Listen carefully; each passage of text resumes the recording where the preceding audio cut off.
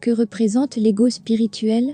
Comme nous pourrions en convenir, nous sommes bien plus que notre forme humaine. Nous sommes tellement plus qu'une simple personne. C'est ce que l'ego ordinaire réalise lorsqu'il a un éveil spirituel. À ce stade, cette personnalité identifiée à l'ego meurt à lui-même, alors qu'il passe par une expansion de sa conscience qui lui permet de voir qu'il est beaucoup plus qu'il n'est pensé. Il est esprit, il est âme. C'est donc comme si cet humain allait subir un déchiquetage de peau. Généralement, la vie de cette personne est radicalement changée lorsqu'elle se rend compte que son ancienne façon d'être n'est tout simplement pas en phase avec sa nouvelle perspective de vie. Maintenant, deux choses peuvent se produire ici. La personnalité égo est abandonnée et la conscience de l'âme prend le dessus, où les attachements à la forme humaine demeurent et la personne commence à s'identifier à une nouvelle personnalité, désormais spirituelle. Cette nouvelle personnalité spirituelle est l'ego spirituel.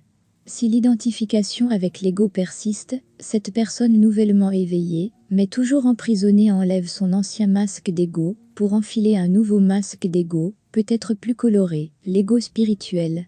Beaucoup restent piégés dans cette nouvelle identité de l'ego et continuent de souffrir de peur, de frustration et de douleur. Ils continuent de se comparer aux autres, ils sont toujours sous une forte influence extérieure et sont toujours identifiés à la forme humaine, ils ont simplement changé les couleurs de leur prison.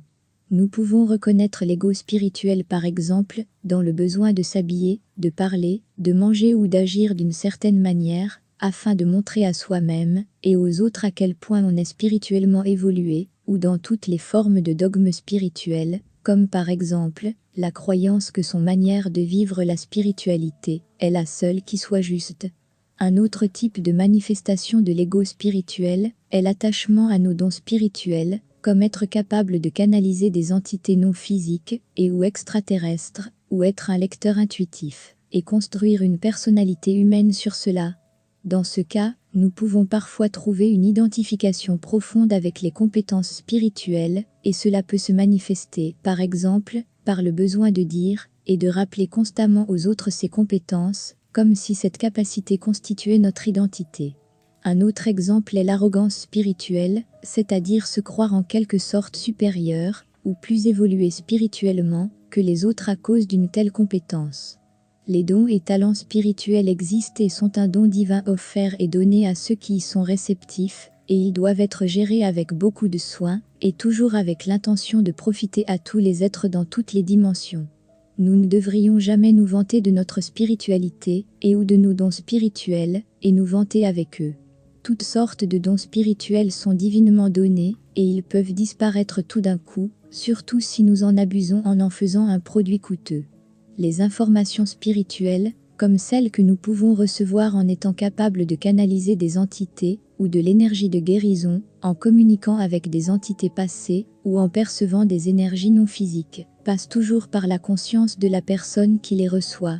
Il faut beaucoup de pratique, de discipline et une intention orientée vers l'amour, pour pouvoir recevoir et donner des informations pures, qui sont exemptes d'interprétation ou de préjugés personnels. Fabriquer un produit à partir d'un don spirituel pourrait éventuellement polluer la pureté du service, parce que nous pourrions ne pas être en mesure de canaliser cette énergie divinement donnée à chaque fois. Ce que nous pouvons faire, c'est plutôt offrir nos propres dons aux autres, lorsqu'ils sont disponibles pour nous, en tant que dons.